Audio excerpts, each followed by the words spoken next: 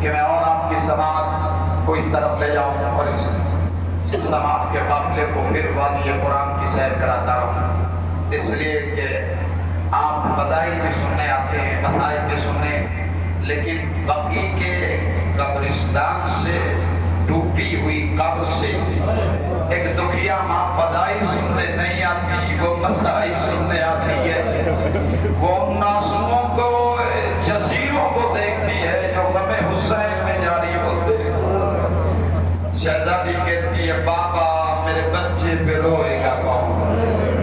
کتنی اس دکھیا ماں کی خواہش ہے کہ میرے بچے پہ کون روئے گا، اسے یہ آنکھوں سے نکلتا ہوا چشمہ عشق پسند ہے۔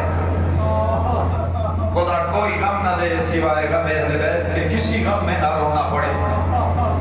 ہاں زدارو آپ مسلسل ذکر کر رہے ہیں، بہت دیر سے بیٹھے ہوئے ہیں نا، تھک گئے ہوں گے، لیکن ذرا چلیے شام کے دربار کے باہر ایک قافلہ کھڑا ہوا، ایک رسم میں 13 گلے بندھے ہوئے ہیں، ان میں ایک 4 سال کی یتیم بچی بھی ہے جس کا قد چھوٹا ہے۔ جب پھوپھی اور مائیں اپنے سروں کو بلند کرتی ہے تو رسی کھینچنے لگتی ہے اور یہ بچی چلا کے کہتی پھوپھی اماں میرا گلا گھٹا جا رہا ہے، اے پھوپھی اماں اپنے سروں کو جھکا دیجیے۔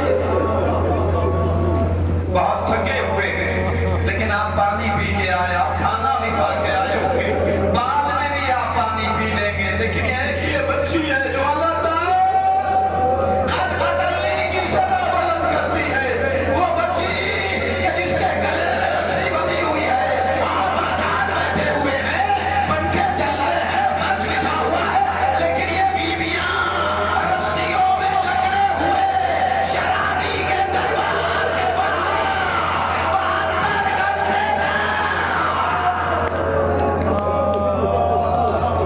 72 گھنٹے تک کھڑی رہی اور کوئی کہنے والا نہیں تھا نبی کی بیٹیوں، نبی کی نوازیوں، ارے تم بہت وقت سے کھڑی ہوئی ہو، بیٹھ جاؤ۔ اللہ اکبر، ادھر آئینہ بندی کی جا رہی تھی، شرابی کا دربار سجایا جا رہا تھا۔ 72 گھنٹے کے بعد جب دربار سج گیا تو شہر آتا ہے اور کہتا ہے اے علی کی بیٹیوں، تمہیں سر کھلے ہوئے دربار میں جانا ہوگا۔ بس اتنا سننا تھا کہ ایک مرتبہ شہزادی نے آواز دی جس میں ہمت ہے جو ہمیں شرابی کے دربار میں اس حالت میں لے جائے۔ آواز دی رقیہ، رباب، ام لیلہ، ام پروار، سکینہ، فضا، میں بددعا کرتی ہوں تم آمین کہنا۔ جیسے علی کی بیٹی نے جملے کہے نا تو پیچھے سے زنجیروں کی جھنکار کی آواز کا گزر ٹکرائی۔ اب جو پیچھے مڑ کے دیکھا تو کوئی اور نہیں تھا، زنجیروں اور بیڑیوں میں جکڑا ہوا سجادہ تھا۔ کڑی بھرے ہوئے ہاتھ اٹھا کے کہتے ہیں پھوپھی اماں ذرا بابا کے کٹے ہوئے سر کو دیکھیے۔ اب جو علی کی بیٹی نے دیکھا عاشقوں کا سیلاب جاری ہے، آواز آئی ہے نانا کے دین کو بچانا ہے، سر کھلے ہوئے دربار میں چلی جاؤ۔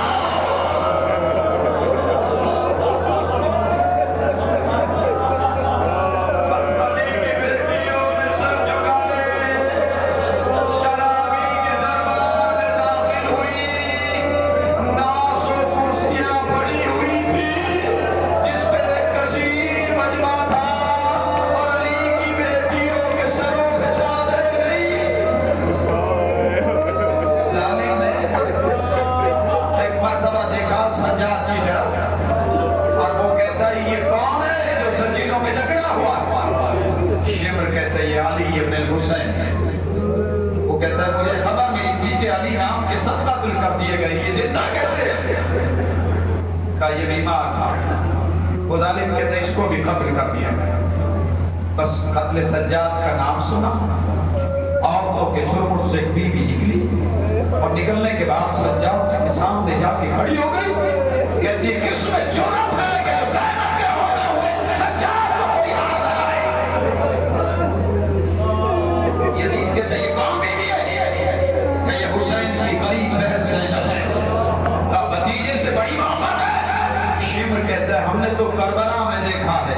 کہ جب اس کے بیٹوں کی لاشیں آئی ہیں تو اس نے گریہ نہیں کیا، لیکن اکبر کے سینے میں جب پنچھی لگی تو یہ حسین سے پہلے علی اکبر کے لاشیں پہ جا کر لپٹ گئی۔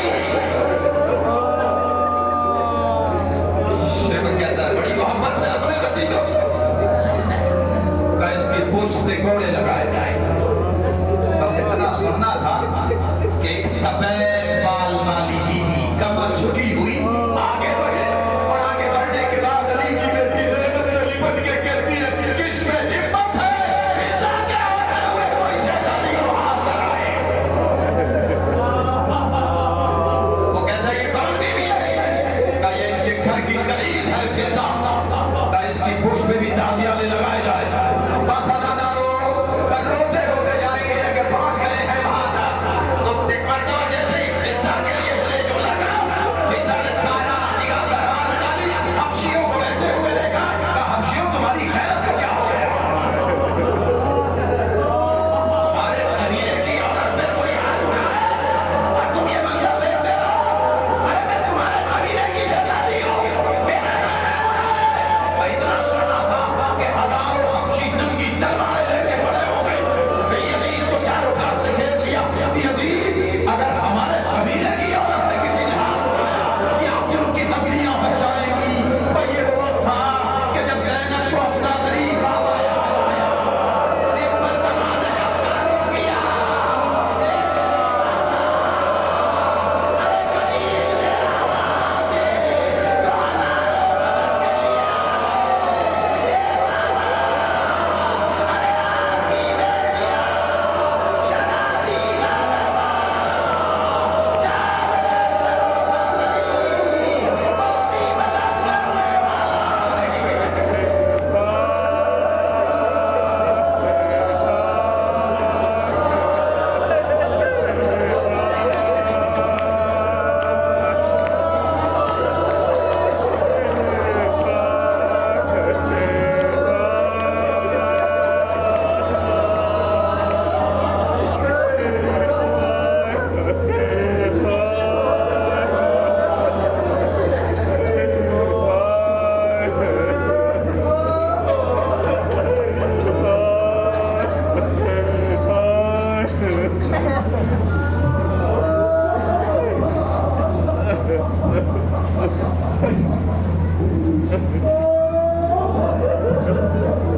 انجمن عزائر حسینی ویلکم اس درگاہ سے کہ شیر عظیم مہربانی کرنے کے لیے تشریف لے آئے۔